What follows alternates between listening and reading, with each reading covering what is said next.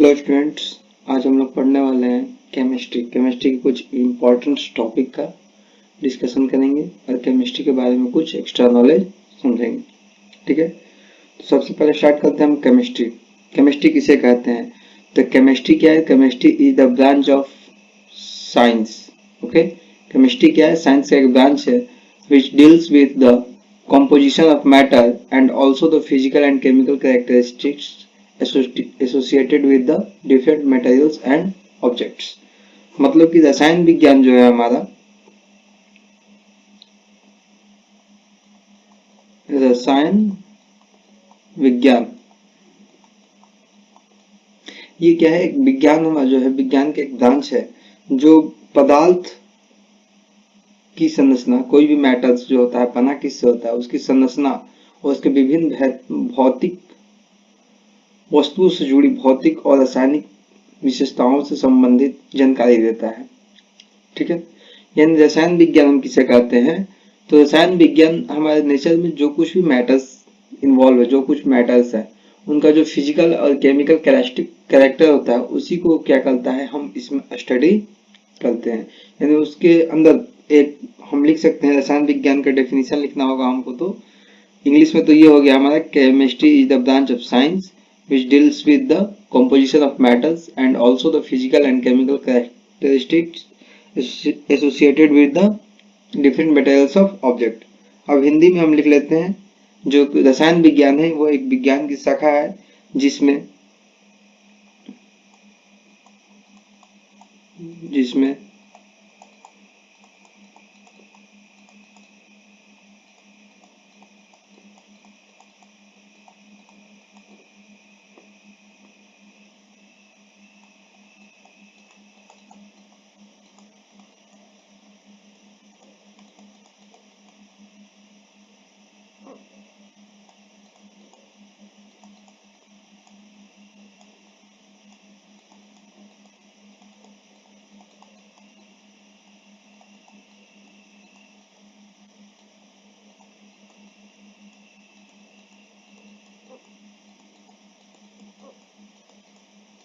रसायन विज्ञान किसे कहते हैं? तो रसायन विज्ञान हम कहते हैं, रसायन विज्ञान विज्ञान का क्या है, ब्रांच है हमारा, जिसमें हम क्या करते हैं, किसी भी पदार्थ के, जो पदार्थ है उसके गुण, पदार्थ के गुण, संगठन, संरचना और अन्य क्रियाओं का अध्ययन किया जाता है, जिसे हम क्या कहते हैं, हम रसायन विज्ञान कहते हैं। ठीक है, इसके बाद देखते हैं हम रसायन विज्ञान, जो केमिस्ट्री वर्ड है ये हमारा, केमिस्ट्री ये वर्ड कहाँ से आया है, कि कहाँ से ये वर्ड हमने लिया है, केमिस्ट्री वर्ड को अडॉप्ट किया है, और ये वर्ड हम कहाँ से हम पढ़ते हैं इस वर्ड के बारे में। तो केमिस्ट्री जो वर्ड हमारा आया है वो एक मिस्र का एक वर्ड है, केमी, मिस्र का वर्ड केमी से लिया गया है। ठीक है, यानी एक ग्रीक वर्ड, जो केमिस्ट्री वर्ड है वो कहाँ से आया है, एक ग्रीक वर्ड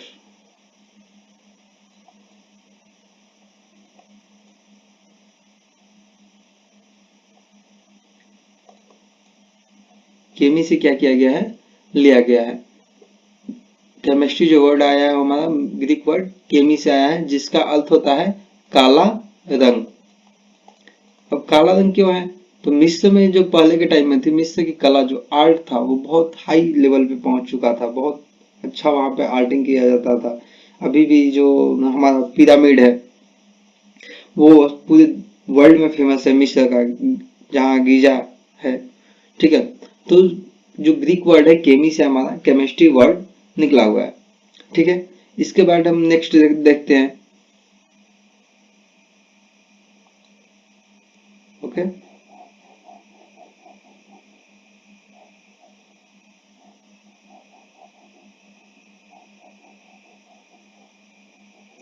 तो हमारा केमिस्ट्री का इंग्लिश और हिंदी में डिफिनीशन हो गया, केमिस्ट्री किसे कहते हैं, और ये वर्ड जो केमिस्ट्री वर्ड है ये कहाँ से आया है। ठीक है, अब देखते हैं हम केमिस्ट्री के फादर।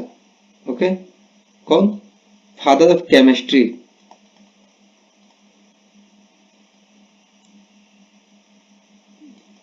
Father of chemistry.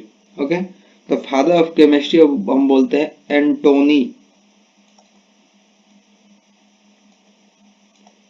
लवेजियर को। ओके, फादर ऑफ केमिस्ट्री को इसे बोलते हैं एंटोनी लवेजियर को हम क्या बोलते हैं, फादर ऑफ केमिस्ट्री। ठीक है। और father of Indian chemistry,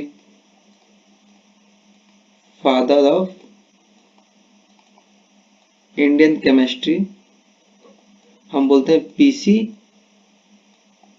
Roy को।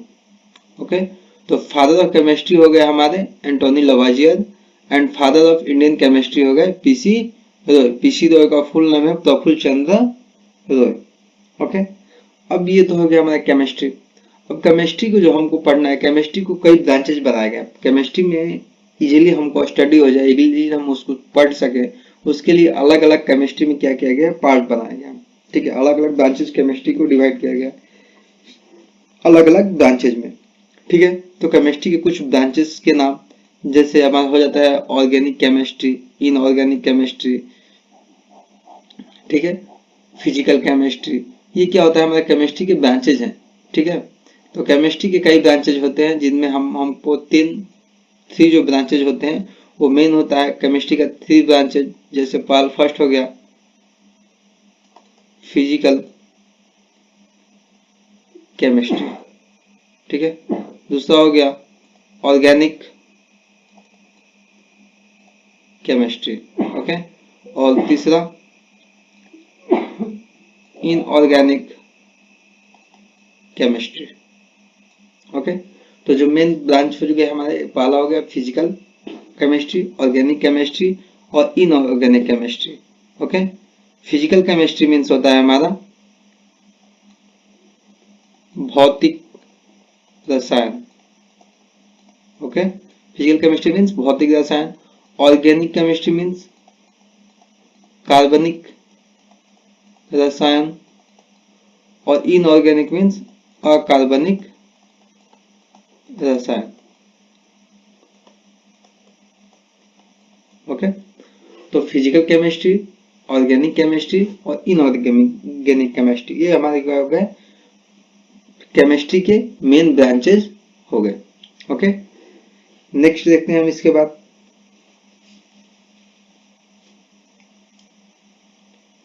अब हम पढ़ेंगे, अब थोड़ा सा रिवीजन करते हैं हम मेटल्स के बारे में। मेटल्स किसे कहते हैं, क्योंकि केमिस्ट्री का स्टार्टिंग जो होता है हमारा मेटल्स से ही होता है कि मेटल्स के बारे में ही हमको स्टडी करना होता है। ठीक है, तो सबसे पहले हम देखेंगे कि metals and state of metals.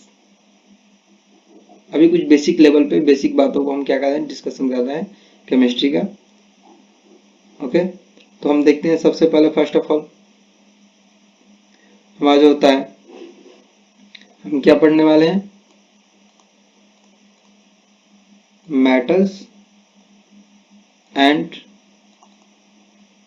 States of matter. Okay, metals and states of matter मतलब हमारा जो हो गया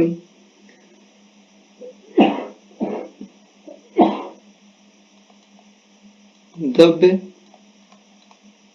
और द्रव्य की अवस्थाएं।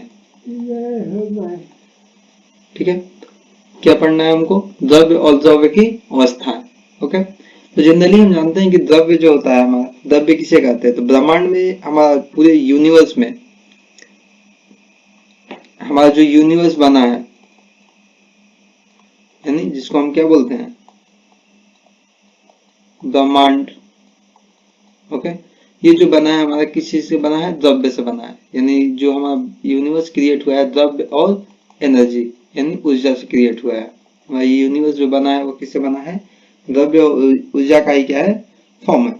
ठीक है, यानी कि ब्रह्मांड जो हमारा बना है ये द्रव्य और ऊर्जा से मिलके बना हुआ है। ठीक है, और ऊर्जा को हम क्या कर सकते हैं, कभी भी हम डिस्ट्रॉय नहीं कर सकते, उसको कम्प्लीटली हम खत्म नहीं कर सकते। यानी जो कुछ भी अपना डिकम्पोज होगी, ये खत्म हो कम्प्लीटली क्या होता है, एंड होता है, और फिर वो ऊर्जा का फॉर्म में कन्वर्ट होता है। फिर वही ऊर्जा हमें क्या करती है, कोई ऑब्जेक्ट्स बन के दिखाई देते हैं ब्रह्मांड में। ठीक है, यानी अगर हम कहें कि द्रव्य किसे कहते हैं, तो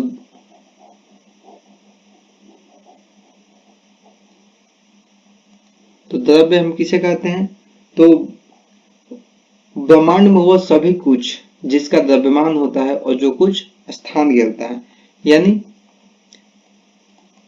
जो हमारा ब्रह्मांड होता है उसमें वो सब कुछ जो कुछ स्थान घेरता है, ओके, घेरता है और जिसमें कुछ द्रव्यमान हो, वो क्या कहलाता है, हमारा द्रव्य कहलाता है। उसे हम क्या कहते हैं, द्रव्य कहते हैं। यानी जो कुछ जिसमें कुछ द्रव्यमान होता है और जो कुछ स्थान घेरता है उसे क्या कहते हैं, हम द्रव्य कहते हैं। ओके, वास्तव में हमारे ब्रह्मांड का निर्माण द्रव्य और ऊर्जा से दोनों से होगा। ठीक है, स्टार्टिंग में बता चुके हैं कि जो हमारा ब्रह्मांड बना है, जो यूनिवर्स क्रिएट हुआ है, वो हमारे किससे बना है, द्रव्य और ऊर्जा से मिलकर बना हुआ है। ठीक है, इसके कारण हम कह सकते हैं कि ब्रह्मांड में वो सभी कुछ जो ऊर्जा नहीं है वो क्या है, द्रव्य है। नहीं, ब्रह्मांड दो चीज से बना है हमारा, एक होता है हमारा एनर्जी और दूसरा है हमारा मेटल्स। यानी हम हमारे कहने का मतलब हम इसमें बोल सकते हैं कि जो कुछ, ठीक है, वह सभी कुछ जो ऊर्जा नहीं है वो क्या है, हमारा मैटर है। ओके, जो ऊर्जा नहीं है वो क्या है, मैटर है। जो मैटर नहीं है वो क्या है, हमारा ऊर्जा है, यानी एनर्जी है। ठीक है, अब यहाँ पे एक वर्ड हम अक्सर बच्चों को कंफ्यूजन रहता है, मैटर्स, कि मैटर्स का मतलब क्या होता है। तो मैटर्स का मतलब हिंदी में द्रव्य भी होता है और पदार्थ दोनों होता है। ठीक है, पदार्थ और द्रव्य दोनों क्या है, हमारा सेम होता है, अलग अलग नहीं है। मैटर्स का हिंदी कभी कहीं कहीं द्रव्य भी लिखा होता है और कहीं कहीं पे हमारा पदार्थ भी लिखा हुआ मिल जाता है। ठीक है, अब इसके बाद हम लोग पढ़ने वाले हैं फिजिकल क्लासिफिकेशन ऑफ मैटर, यानी स्टेट्स ऑफ मैटर। तो मैटर्स कितने स्टेट में डिवाइड किया गया है, तो मैटर्स को हमें फिजिकल क्लासिफिकेशन जो है, फिजिकल यानी भौतिक आधार पे जो मैटर्स है, भौतिक आधार पे उनको 3 पार्ट में डिवाइड कर दिया गया है। मैटर्स को भौतिक फिजिकल आधार पे कितने पार्ट में डिवाइड किया गया है, 3 पार्ट में। ओके, फिजिकल क्लासिफिकेशन जो मैटर का है वो 3 पार्ट में डिवाइड किया गया है मैटर्स को।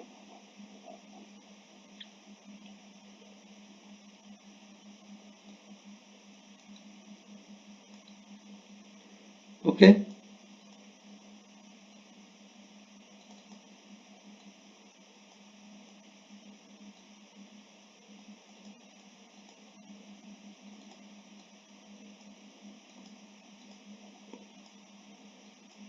फिजिकल क्लासिफिकेशन ऑफ मैटर यानी भौतिक आधार पर द्रव्य का वर्गीकरण। यानी कितने पार्ट में डिवाइड किया गया, तो मैटर्स को भौतिक आधार पे 3 पार्ट बनाए गए हैं। पहला होता है हमारा सॉलिड, दूसरा लिक्विड और तीसरा गैसियस स्टेट, यानी ठोस, द्रव और गैस। तो जो फिजिकल क्लासिफिकेशन मैटर का कितना है, हो गया हमारा 3, solid, liquid and gas. Okay, अब फर्स्ट ऑफ ऑल हम समझेंगे कि सॉलिड किसे कहते हैं। ओके, तो सॉलिड किसे कहते हैं, तो मैटर्स को फिजिकल क्लासिफिकेशन कितने हो गया हमारे 3, ठोस, द्रव और गैस। ये फिजिकल बेसिस पे क्या किया, मैटर्स को डिवाइड किया गया है। ओके,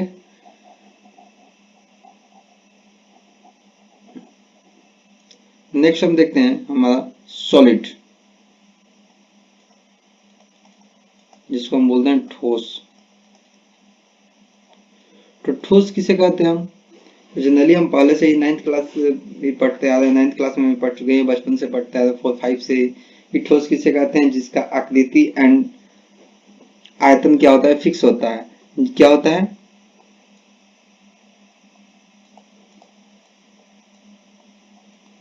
निश्चित आकृति और आयतन।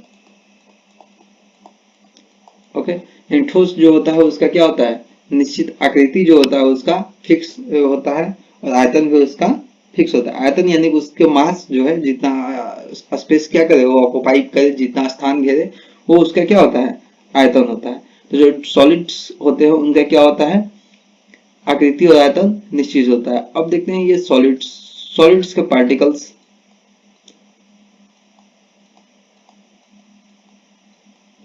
सॉलिड्स के जो पार्टिकल्स होते हैं एक दूसरे से टाइटली पैक्ड होते हैं, ठीक है, उनके बीच में कोई भी स्पेस नहीं होता है, बहुत कम स्पेस होता है सॉलिड पार्टिकल्स के बीच में, जिसकी वजह से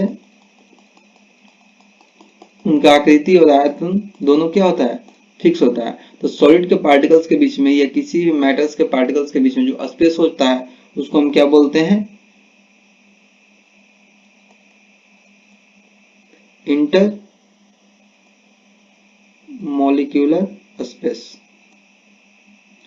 हिंदी में बोले तो अंतराणुक स्थान, यानी हम क्या बोलते हैं, इंटरमॉलिक्यूलर स्पेस। सॉलिड के पार्टिकल्स के बीच में जो स्पेस होता है उसको हम क्या बोलते हैं, इंट्रामॉलिक्यूलर स्पेस या अंतराणुक स्थान। और इनके पार्टिकल्स के बीच में जो दो पार्टिकल्स होते हैं, इनके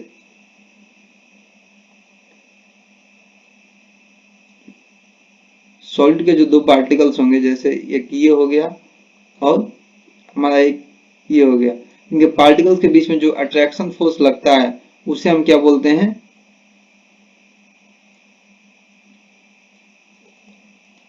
अंतराणुक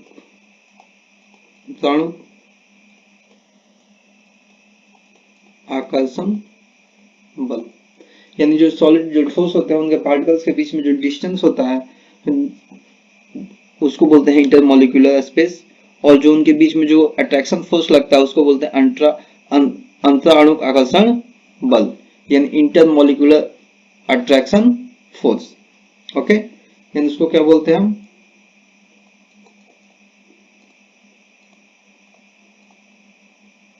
इंटरमॉलिक्यूलर अट्रैक्शन फोर्स।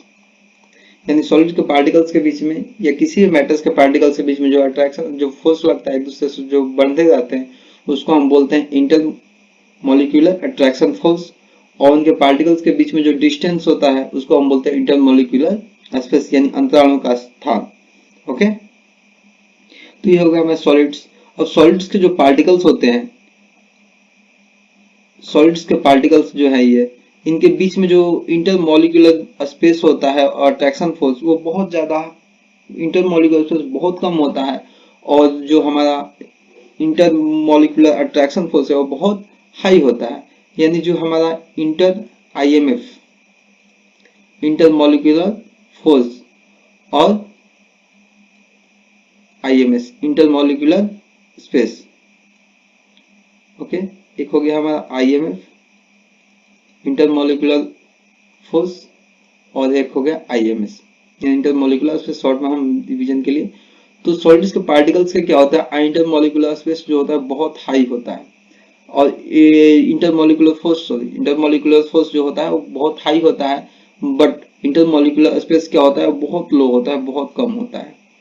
ठीक है, और जो सॉलिड्स के पार्टिकल्स होते हैं, सॉलिड्स के पार्टिकल्स, ये जो सॉलिड पार्टिकल्स हमको दिखाई दे रहे हैं ये सारे, इनका जो होता है इंटरमॉलिक्यूलर फोर्स क्या होता है, हाई होता है, इंटरमॉलिक्यूलर स्पेस बहुत कम होता है इनके बीच में, जिसकी वजह से इंटरमॉलिक्यूलर फोर्स हाई होने के कारण इनका जो अट्रैक्शन फोर्स होता है इनके बीच में वो भी क्या रहता है, हाई रहता है, और इनके पार्टिकल्स की काइनेटिक एनर्जी जो होती है, काइनेटिक एनर्जी वो भी क्या होती है, हाई होती है, लो होती है। ठीक है, सॉरी, जो सॉलिड्स की काइनेटिक एनर्जी होती है सॉलिड के पार्टिकल्स की वो क्या होती है, लो होती है। हिंदी में बोले तो गतिज ऊर्जा, गतिज ऊर्जा। तो जो सॉलिड्स के पार्टिकल्स होते हैं उनकी गतिज ऊर्जा भी क्या होती है, बहुत लो होती है, गतिज ऊर्जा ज्यादा हाई इनकी नहीं होती है। ओके, तो ये सॉलिड्स के कुछ बेसिक प्रॉपर्टीज हो गए जिसके बेसिस पे हम क्या कर सकते हैं, सॉलिड्स को डिफाइन कर सकते हैं। ओके, अब नेक्स्ट देखते हैं हम लिक्विड। लिक्विड हमारा क्या होता है, तो लिक्विड मीन्स हम जानते हैं, लिक्विड मीन्स क्या होता है, तो लिक्विड मीन्स द्रव। ओके, तो लिक्विड का जो होता है हमारा आयतन तो फिक्स होता है, लेकिन उसका जो आकृति होता है ना वो फिक्स नहीं होता है। ठीक है, सॉलिड्स के पार्टिकल्स का क्या होता है, जो आकृति होता है वो फिक्स नहीं होता है, वो बदलते रहता है। जिस टाइप के कंटेनर में लिक्विड के पार्टिकल्स को रखते हैं हम, वो उसी टाइप का क्या करता है, शेप रिगेन कर लेता है, यानी उसी टाइप का शेप ले लेता है। जैसे अगर हम ब्लैक कलर के अगर कंटेनर में हम लिक्विड को कंटेन करें तो क्या करेगा, ब्लैक कलर ही दिखाई देता है। ओके, नेक्स्ट देखते हैं हम लिक्विड, हिंदी बोले तो ड्रॉप। लिक्विड क्या होता है, इसका आयतन निश्चित होता है लेकिन आकृति जो है वो अनिश्चित होता है। आकृति जो है वो क्या होता है, अनिश्चित होता है। आकृति इसका फिक्स नहीं होता है। लिक्विड के पार्टिकल्स की आकृति क्या होती है, फिक्स नहीं होती है। यानी जो लिक्विड्स के मॉलिक्यूल्स हैं इनके बीच में सॉलिड के कंपैरिजन में इंटरमॉलिक्यूलर स्पेस क्या होता है, थोड़ा ज्यादा होता है। यानी आईएमएस जो है हमारा इंटरमॉलिक्यूलर स्पेस, अंतराणु का स्थान, वो क्या होता है, थोड़ा ज्यादा होता है। ठीक है, और इनके बीच में जो अट्रैक्शन फोर्स है आईएमएफ, इंटरमॉलिक्यूलर फोर्स, वो क्या होता है, सॉलिड के कंपैरिजन में थोड़ा कम होता है। जिसकी वजह से लिक्विड्स के पार्टिकल्स को अगर हम ग्राउंड पे ड्रॉप करते हैं तो क्या करता है, धीरे धीरे वो फैलते जाता है। यानी उनका जो होता है हमारा, अगर सॉलिड्स की बात की जाए तो आईएमएफ सॉलिड के लिए हाई होता है लिक्विड के कंपेरिजन में। ओके, सॉलिड सॉलिड का क्या होता है, आईएमएफ हाई होता है लिक्विड के कंपेरिजन में। ओके, यानी ठोस जो होता है उसका क्या होता है, हाई होता है आईएमएफ लिक्विड के कंपेरिजन में। और आईएमएस इंटरमॉलिक्यूलर स्पेस में क्या होता है, सॉलिड के कंपेरिजन में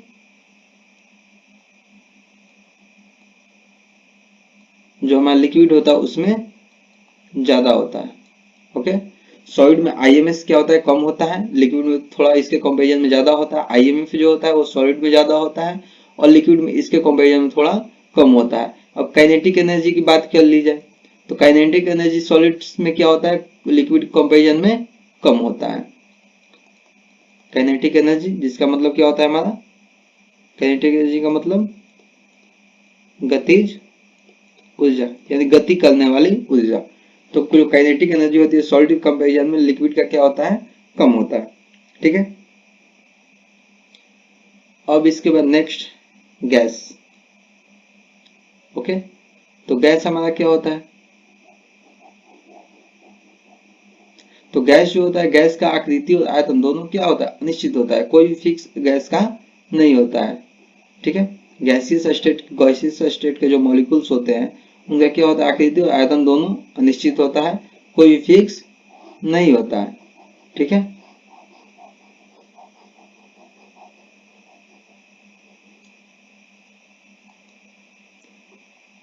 देखते हैं गैस, सॉलिड लिक्विड गैस। तो गैस का जो होता है अनिश्चित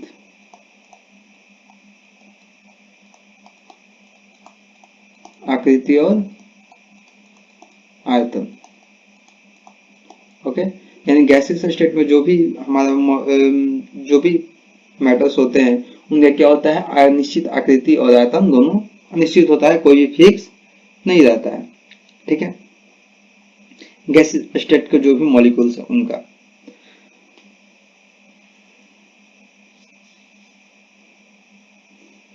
इसे क्या कहते हैं, गैस जो होता है इसको जिस बर्तन में भरा जाता है वो उसी का क्या कर देता है, आकार ले लेता है। यानी कि जितना बड़ा बर्तन हम गैस को भरने के लिए लेंगे वो पूरे बर्तन में क्या होता है, फैल जाता है। और उसके फैलने का रीजन क्या है कि जो गैसेस के मॉलिक्यूल्स हैं उनकी काइनेटिक एनर्जी बहुत हाई होती है। गैसेस के जो मॉलिक्यूल्स हैं उनकी काइनेटिक एनर्जी क्या होती है, बहुत हाई होती है। और उनके बीच में जो इंटरमॉलिक्यूलर स्पेस होता है वो भी क्या होता है, हाई होता है। जिसकी वजह से इसके पार्टिकल्स की काइनेटिक एनर्जी हाई होती है, जिसकी वजह से इसके पार्टिकल्स क्या करते हैं, मूव करते रहते हैं किसी भी साइड, किसी भी डायरेक्शन में। इसके पार्टिकल्स की कोई डायरेक्शन फिक्स नहीं होता है। काइनेटिक एनर्जी हाई होने के कारण इसके पार्टिकल्स किधर भी क्या करते हैं, मूव करते रहते हैं। ओके, तो जो गैसियस स्टेट में है उनके मॉलिक्यूल्स काइनेटिक एनर्जी क्या होती है, बहुत हाई होती है। यानी कि काइनेटिक एनर्जी अगर हाई है तो उसके पार्टिकल्स तेजी से क्या होते हैं, बिखरते रहते हैं।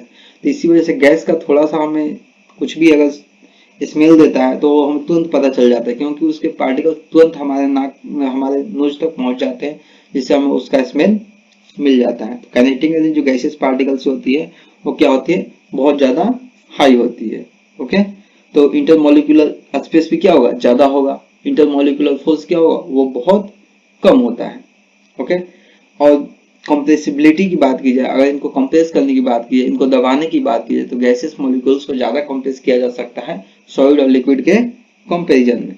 ओके, तो एक समरी देख लेते हैं, हम लोग समराइज कर लेते हैं।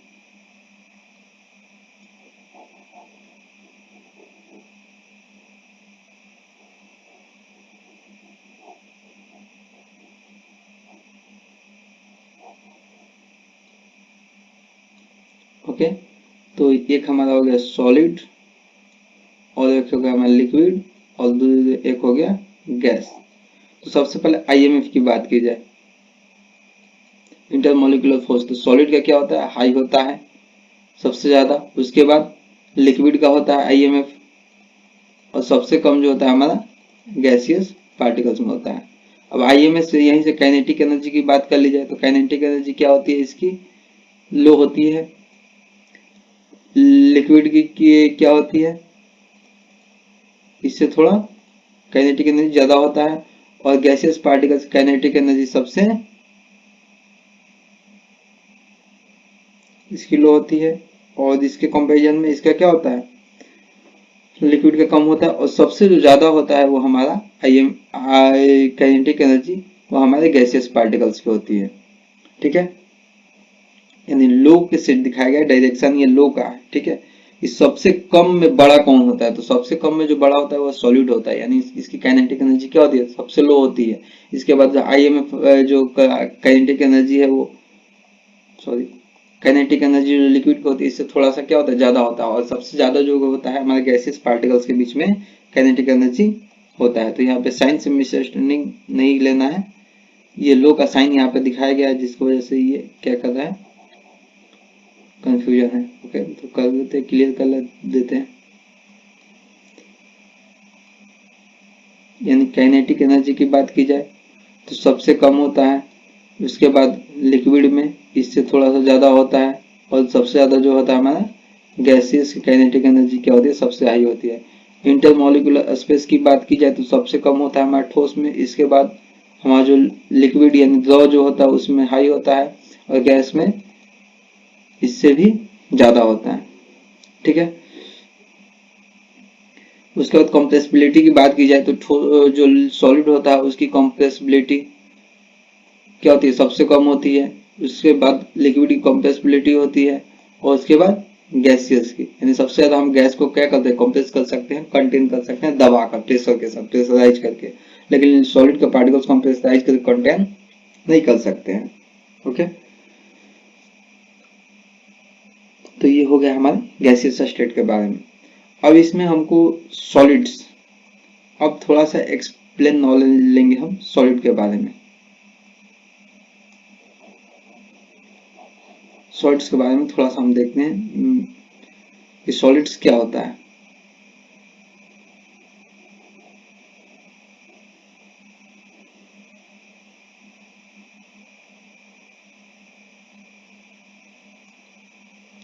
ओके, सॉलिड, इसको हम क्या बोलते हैं, ठोस।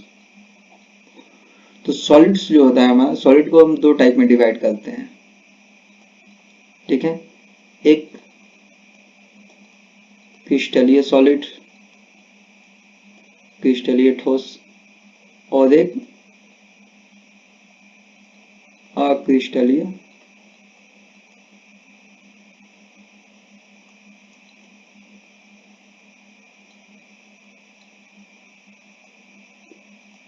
अक्रिस्टलीय ठोस। ओके, सॉलिड्स को कितने टाइप में डिवाइड करते हैं, दो पार्ट में, एक क्रिस्टलीय ठोस और एक अक्रिस्टलीय ठोस।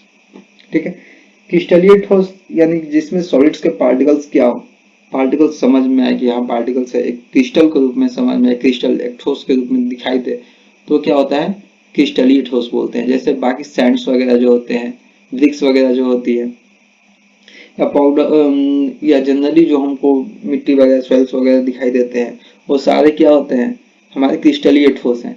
लेकिन अक्रिस्टलीय ठोस में वैसे ठोस आते हैं जिनको हम स्ट्रेचेबल होते हैं, जिनको हम स्ट्रेच कर सकते हैं, खींच सकते हैं। ठीक है, जैसे अब यहाँ पे एग्जांपल्स में मान लो हमारा हो गया बालू के कण हो गए क्रिस्टलीय ठोस में, यानी जिसके कण क्या हो, क्रिस्टल के फॉर्म में हो, एक कण के फॉर्म में। हमारा मिट्टी हो गया या और कोई भी सबस्टांस, ठीक है, वो क्या होता है, क्रिस्टलीय होता है। अक्रिस्टलीय में रबड़, रबर में हमें, रबड़ को हम जब अलग करते हैं उसके पार्टिकल्स को, हम तो हमें वहाँ पे स्मूथ पार्टिकल्स दिखाई देता है, कभी भी उसका सॉलिड पार्टिकल्स हमें दिखाई नहीं देता है। यानी रबड़ जो होता है हमारा, वो क्या होता है, अक्रिस्टलीय ठोस होता है। इसके जो क्रिस्टल्स, जो पार्टिकल्स होते हैं, वो क्या होते हैं, सॉफ्ट होते हैं, यानी मुलायम होते हैं। लेकिन जो क्रिस्टल के ठोस पार्टिकल्स होते हैं, वो क्या होते हैं, रफ होते हैं, जिसको हम रोखड़ा भी बोलते हैं। ओके, तो सॉलिड्स को दो पार्ट में डिवाइड किया जाता है, एक हमारा हो गया क्रिस्टल्स और दूसरा हो गया अक्रिस्टल्स। ओके, तो आज के लिए इतना ही। नेक्स्ट क्लास में हम लोग लिक्विड एंड गैस के बारे में पढ़ेंगे। ठीक है, ओके, थैंक यू।